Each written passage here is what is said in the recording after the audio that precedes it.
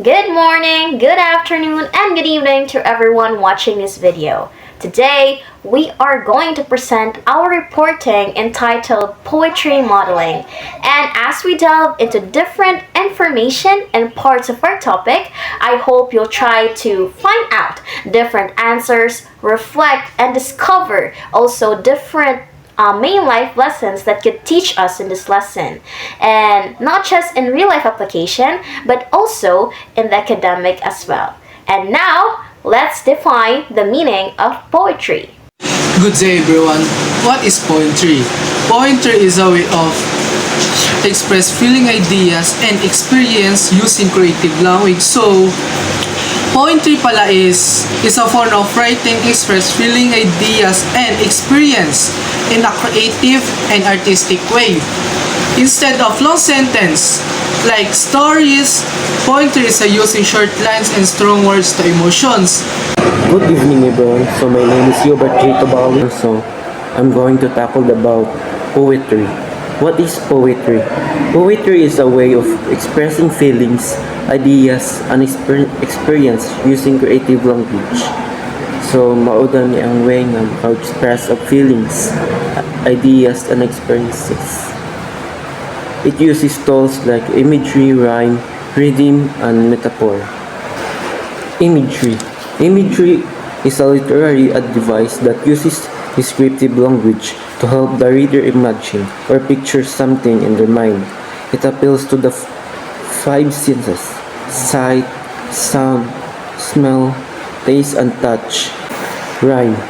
Rhyme is a literary device where words have the same or similar ending. Sounds, especially in poems or song. Rhythm. Rhythm is the pattern of beats or flow of sounds in writing, especially in poems and songs. It is created and unstressed syllables. Metaphor.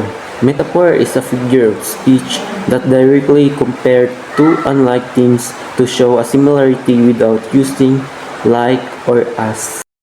Good day, I'm Yusuf Regina Arabis from grade 11 music. What is modeling? Modeling learning from an example to create something new. Example, you do not copy, you use the example as a guide. What is modeling? Modeling refers to an act of demonstrating and explaining a skills, concept, or approach to learning, allowing students to observe and learn by example. What is modeling? Modeling is a learning from example to create something new.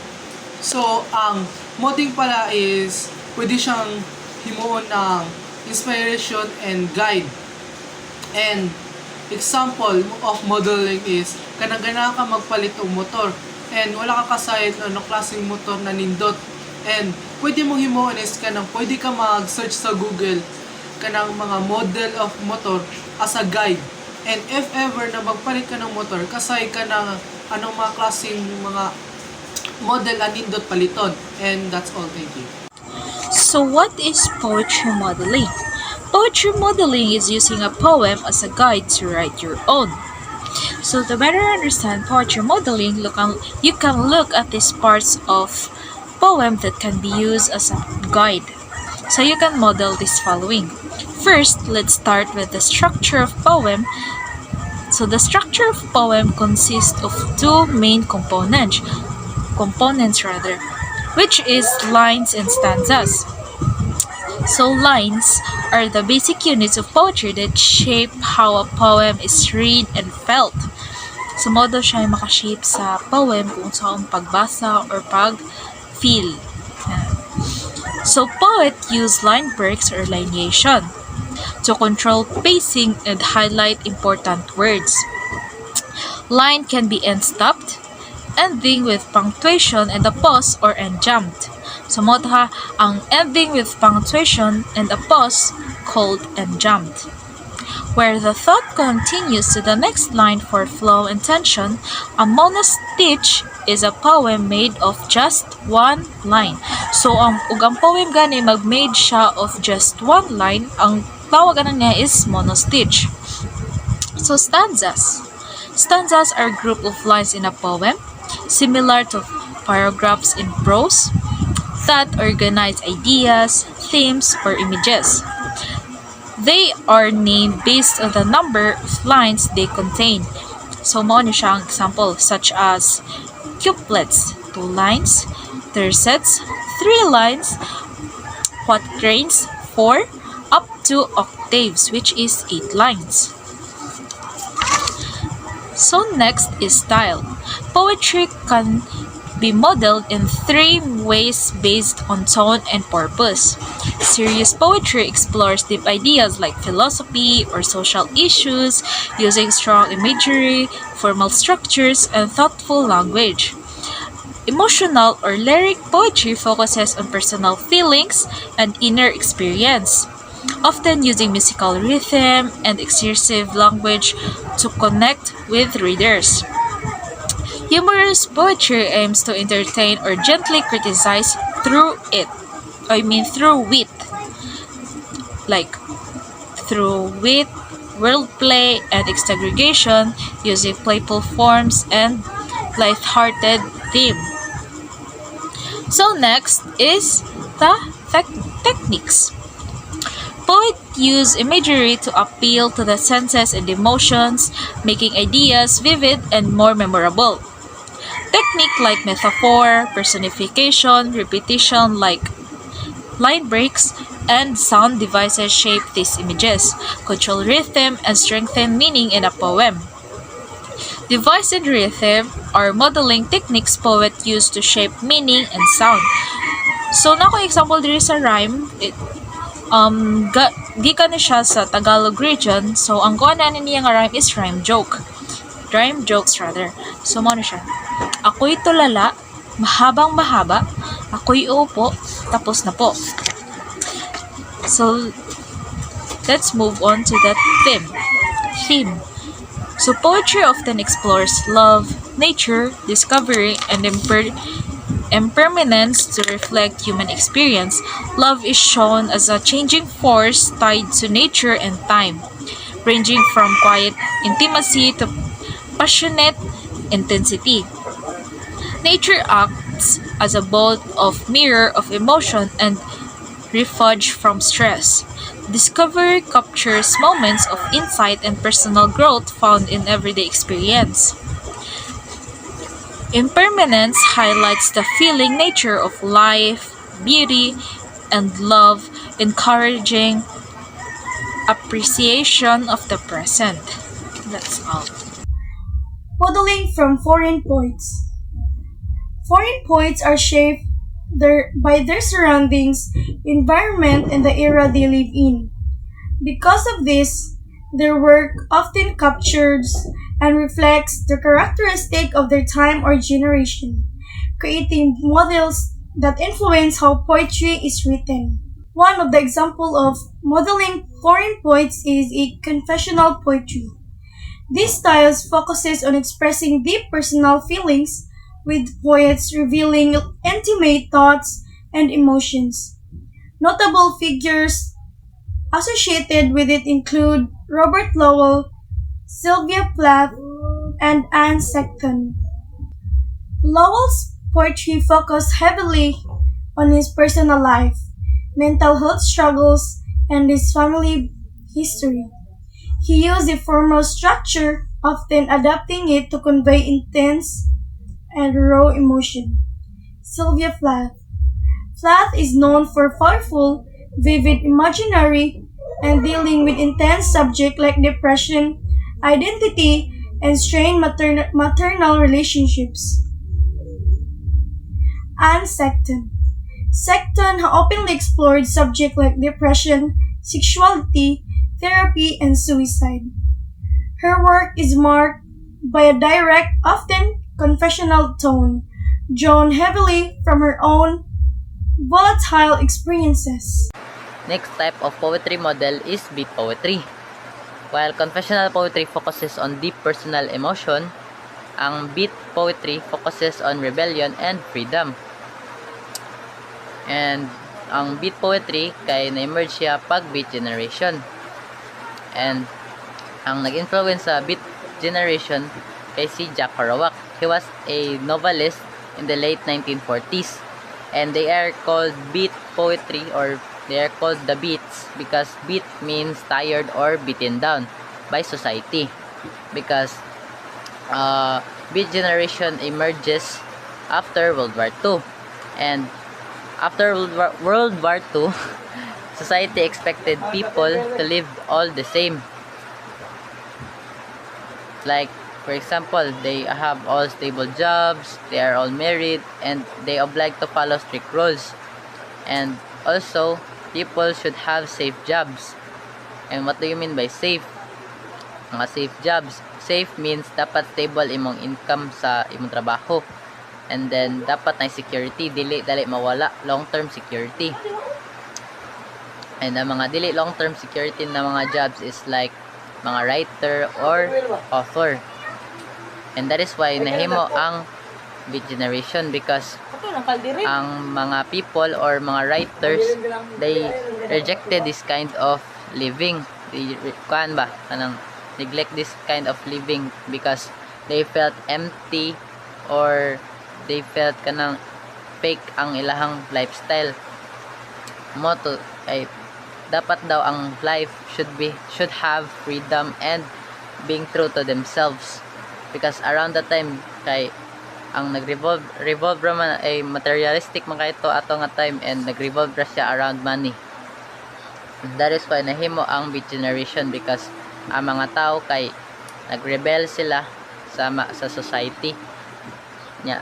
Gigamit nila ang pamaagi sa literature sa paghimo og poem or mga novel baron sa pagkontra sa society ato. And usa sa nagpasikat sa beat generation ang katong novel ni Jack Kerouac na On the Road pag 1947. Ato gid na emerge ang beat generation nya. Ang beat generation is nag-use ni siya og free verse.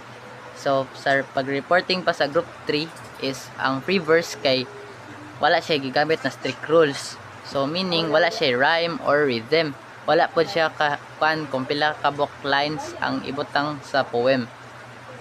So ma-implement pa nila ilahang mga rebellious ways throughout sa poem using free verse. So ang tulo ka book nga mga tulo ka book kanang beat kanang mga writers kay si Allen Ginsberg. Usan siya ka beat poetry writer na nag-use og powerful free verse, and nagsuwat siya sa poem na ang title kay Howl. And then second kay si Gary Snyder. Usa ni siya ka sad siya beat writer sad siya, pero ang pamaagi sa iyang poem is kanang nature kanang connected siya sa nature ba. And then sa ika-third kay si Gregory Corso. Iyang pamaagi sa pagsuwat sa iyang poem is bold, kanang confident kayo, and humorous. Mo ni iyang pamaagi para makontra ang mga authorities or ang society. So in conclusion, ang confessional poetry is connected siya sa mga deep personal emotions, ang pamaagi sa pagsuwat siyang poem. And then ang beat poetry is nag-focuses siya sa rebellious ways sa mga writer. So, the poetry in the Philippines evolved even before the country acquired its name. Pre-colonial evidence of oral traditions were discovered by historians, showing how ancient Filipinos utilized language in a creative way. So, from short riddles or bugtong to longer rhyming proverbs called salawikain. So, the riddles or bugtong is a short puzzle that describes something indirectly in mass biggest. So, some of us naman sa kay kabalo na ning bugtong. So, I will give you an example of riddles or bugtong. Example number 1. Hindi tao, hindi ayop. May ulo at may buntot. So, ang answer ani kay barya or kwarta. And the next example is, bumili ako ng alipin, mas mataas pa sa akin. So, ang answer ani kay sombrero. And sa salawikain is, the salawikain or rhyming proverbs is a short traditional sayings that uses rhyme to express advice, wisdom, or life lesson. So it's like a motivational quotes. So here's the example of salawikain or rhyming proverbs. Example number 1 is kung may tiyaga, may nilaga. So the example number 2 is nasa Diyos ang awa, nasa tao ang gawa. These forms arose from folk traditions in various parts of the archipelago. It is interesting to note that these two pivotal models of early poetry have survived through modern times, though not as utilized as before and sometimes not even considered as formal poetry. Perhaps one of the attempts to raise the level of these shorter forms of proto-poetry is evident in the form of Tanaga. So guys, the Tanaga is closer to the Salawikain, wherein it also tells of a lesson or a value in a 4-line and 1 stanza. So the earliest examples had no title, consisted of 7 syllables per line, and has a uniform rhyme scheme. So the Tanaga is a traditional Filipino poem made up of 4 lines with 7 syllables per line and 1 rhyme scheme. It usually expresses a lesson, idea or insight. As I said earlier, Tanaga is closer to the Salawikain. So it's like kuan gyapon siya, motivational quote or life lesson. So here's example for Tanaga. Buhay ay parang ilog, umaagos sa pagod, kung titigil lulunod, kung gagalaw aabot. So as you hear, na siya 4 lines and 7 syllables. So buhay ay parang ilog. So 7 siya niya. Usapan na siya ka line. And sa second line is umaagos sa pagod. So 7 gyapon na siya. Mo na siya ang Tanaga. So ang other pre-colonial poetry form is called the Diona, which is closer in composition to the haiku. So mura sa siya haiku kay di ba ang haiku is 7 syllables siya but 3 lines rasad. As it also has 3 lines which each line having 7 syllables. When it reads as a whole, the short Diona poem could read as like a broken up sentence that contains thoughts. So the Diona is a traditional Filipino poem composed of 3 lines with 8 syllables per line, usually focused on the theme love. So mura na siya gugot-hugot guys, like hugot-hugot bitaw nga gibuwagan ni nana. So here's the example for Diona. Ang payong ko'y si inay, kaputi ko si itay, sa maulan kong buhay. So mura siya hugot nga gibuwagan kanya. Sad, mura siya sad inana. So that's all, thank you. Jose Garcia Villa, a poet, critic, and short story writer. One of the most influential Filipino writers in English, often called the Pope of Greenwich Village because of his influence on American poetry circles. He is born on August 5, 1908 in Manila, Philippines. He's son of Colonel Simeon Villa, a physician and public health official. He studied in the University of the Philippines, but later moved to the United States and continued his studies and literary career in New Mexico and New York. His poems often focus on beauty, perfection, love, and faith. He won an award of National Artist for Literature on 1973. That is the highest honor in the Philippines. Can you even imagine that? He was recognized internationally, especially in the US, because of his awards, his works. He proved that Filipino writers could excel in English literature. He even influenced modern and contemporary poets. He showed that breaking traditional rules can create new and meaningful forms of art. He helped place Philippine literature on the global stage. He even created a unique type of poetry. It's a comma poem. What's a comma poem? Well, a comma poem is a unique type of poetry by Jose Garcia Villa. He created that one. Commas are placed after almost every word in a line. In these poems, commas are not used for grammar rules. Like, you use a comma to stop in a sentence, right? To breathe. But in a comma poem, instead of grammar rules, they are used as poetic device. The purpose of grammar rules are to control the rhythm, to create pauses and emphasis, shape meaning. When you say control the rhythm, it's to slow down the poem is read. I mean, to slow down how the poem is read. Like, the clock is not clocking. The clock was not a clock. In a normal writing, it doesn't have a comma. The clock is not a clock.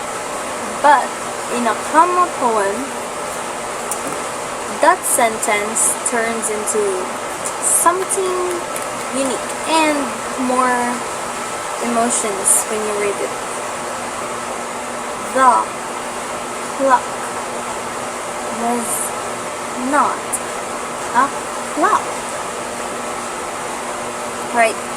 Those pauses was like, it depends on how you read it, how you put emotions, how you read it like a real poet, if you know what I mean. Now, create pauses. In comma poem, every word gets attention because of the pauses. Add emphasis. Every word feels more important than before, right? You barely focus on some words in a sentence. And shape meaning. The pauses can change how ideas are understood. The pauses makes the ideas different from its original, original message. Now, why did Jose Garcia created comma poems? Well, I also questioned that when I was searching it. And he has 5 reasons. First, it's to challenge traditional poetry rules. Second, to prove poetry can be emotive and creative. Third, to make readers slow down and feel each word, like what I said earlier. Some people doesn't really focus on each word in a sentence, so comma poems gives attention to every, and I mean every single word in a sentence. Fourth, to show that even punctuation can carry meaning. And lastly, it showed that form itself can express meaning. That is his unique type of poetry. Again, Jose Garcia Villa. He's a poet, critic, and short story writer. Good day everyone, I'm Glazel Wagas from Group 5 and I will give you an example of poetry modeling. But first, I'm going to introduce to you its writer or the one who wrote the poems that I'm going to discuss to you which used poetry modeling. So, the author or the writer of those poems is Bino Realuyo. He is a Filipino-American poet. And what makes his work unique is that he doesn't strictly use or adhere to rhyme or line rules. So he has his own way of writing his own poems. Okay, so Realuyo has these two poems, two different or separate verses, but it is unique because these two poems share the same title, which is titled The Other Rebel. So first, I'm going to identify or explain to you the symbols he used and its meaning for us to fully understand what each verses of his poem really want to convey, or what Realuyo is trying to convey through his poems. So in the first verse of his poem titled The Other Rebel, he used symbolisms just like cherry blossom garden and the concept of mono no aware. So these two symbolisms are connected to the term impermanence. So what is impermanence? So impermanence means that moments of love, life, and connection are fleeting or temporary. Or impermanence is temporary, or in other words, it doesn't exist for long durations. So for example, relationships. So there are relationships that exist in our life but they don't really last that long. So that is a good example of impermanence. So mono no aware. So mono no aware is a Japanese concept that translates to a bittersweet awareness of impermanence. So mono no aware is the acceptance or awareness of life's impermanence, or love's impermanence rather. And the reason why he uses cherry blossoms is that cherry blossoms doesn't really last that long. So they only exist in some seasons, or in one season I mean, and they usually just wilt so they don't really last that long. So that is why they're associated with each other, the term cherry blossoms and the mono no aware, which is, as I've said, is a Japanese concept. So he also used the symbolism red rose. So when we think about a red rose, of course, it suggests love and passion can emerge from unconventional situations. So that is what he is trying to convey by using the red rose. So with these symbolisms combined, we can conclude that the real conclusion of his poem is that love is impermanent, or connections we had with different people through relationships is impermanent. So that's what his first verse, The Other Rebel, is all about. So next, let's go on to the next verse, which is also called The Other Rebel. So in this second poem, he used also a Japanese concept or traditions. So he used karakuri doll which means emptiness or dependence. So, the meaning of Karakuri Dal, by the way he uses it in his poem, is that it symbolizes how the speaker felt dependent on someone else's presence or affection. So, more of the writer felt deeply dependent to someone or to someone he loves or have a very deep connection. So that is why he is sad. He feels grief towards that person's presence drifting away, or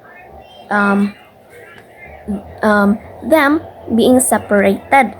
So that is what the Karakuri doll symbolizes in his poem. And the next is he used gods, Japanese gods, especially the kami. So this means that there is spiritual meaning in shared experiences and memories. So even if the shared experiences that you have shared with someone, or connection that you've built with someone, is very ordinary. However, for him, what he is trying to explain in his poem is that those shared experiences or memories isn't just memories or experiences. Those have different, spiritual meaning. So those are very important and deep for him. So to conclude, it means that even ordinary moments with a loved one carry deeper or sacred resonance. So the second verse, so we can conclude, combining these symbolisms, is that he felt dependent on someone, and that someone is that they shared spiritual experiences and memories. So he is grieving, or he is accepting the pain of losing someone who you have experienced very or many memorable things in your life. So yeah, those are the wrap up of the symbolisms used and its meaning. So you can so the question is, why is these poems an example of poetry modeling? So as we can see in these poems, we can clearly conclude, or we can clearly see, that he uses many different symbolisms. So as you've noticed, Rialuyo is a Filipino-American poet, right? But he used Japanese poetic forms and aesthetics, especially the concept of Mono no Aware and the cherry blossoms. So by this, we can conclude that he used poetry modeling in writing these poems. So, we can conclude that poetry modeling isn't just surface imitation, or copying one single poem to be your poem. It is more than just that. It is modeling at the level of form, tradition, and poetic behaviors. So, by using poetry modeling, and perhaps you want to write your own poem, you can use poetry modeling. Why is that? It is because by using poetry modeling, we can acquire, or we can gain different ideas, concepts, and symbolisms that we can use in our poem in writing our own poem. If maybe you are confused on how to write your ideas, how to convey them through words, through lines, through stanzas, or through poems, you can use poetry modeling because, as I've said, you can gain new concepts even if it's from different traditions, from different cultures. So, what is the result of using poetry modeling? Um, it makes your poem have more depth, or it's more mysterious. It's not bland or simple. There's nothing wrong with a poem being simple, but if you really want to make your poem exciting, no, you can use poetry modeling in that. And so by these examples, we can thoroughly see, or we can conclude that poetry modeling is important or relevant in writing poems. So maybe next time or now, if you decided to write a poem, you can use poetry modeling to make your poem more beautiful and more, beautiful. That's all.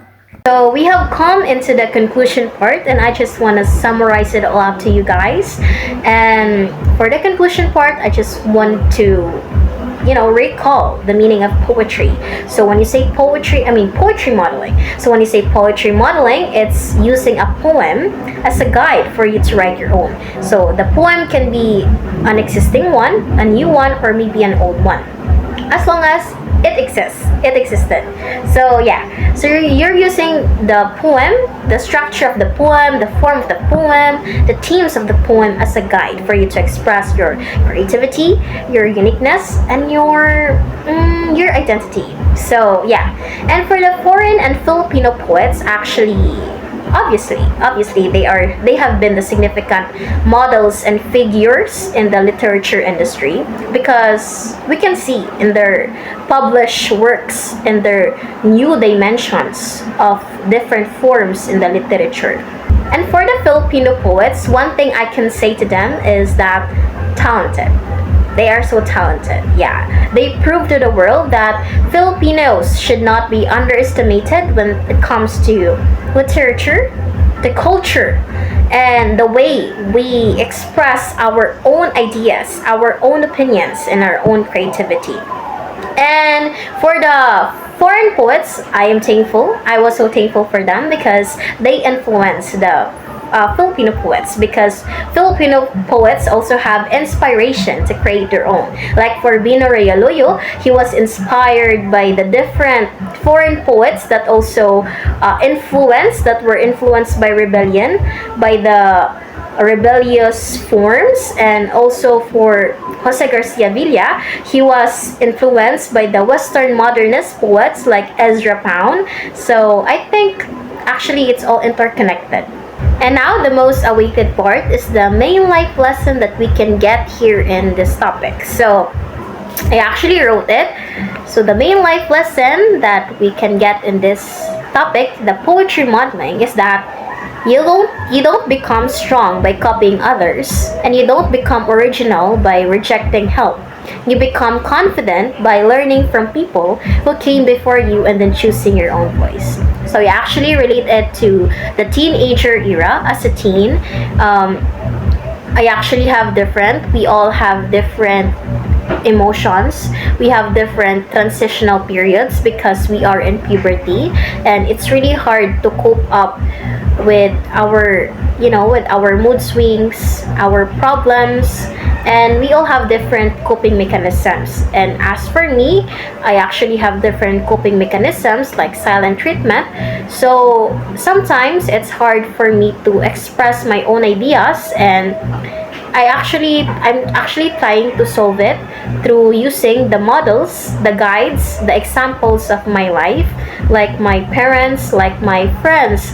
I'm using them as my model to change my own self, to change for my better growth, to change for my development as a person, because silent treatment is not a solution, right? I know it's not a solution, and I have been struggling it for how many years now. So I think through modeling others, through using others, through using the advice of others on how they cope up with their silent treatments, I think it would be the best solution and the best help for me to solve this problem, to solve the internal issue that I have been facing and experiencing as a teenager. And I think it's normal, and I actually acknowledge it every time I did that.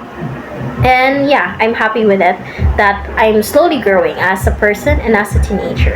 And that's all I can share to you guys about the main life lesson or the real life application. Maybe we all don't have the same viewpoints, the perceptions, the point of view about this main life lesson, about the lesson that I shared to you. But I hope you could also learn something new about this topic, about this video, or maybe you could also learn something new application, new real life application to all of you. And that's all. And I hope you enjoy and stay tuned. Char, stay tuned.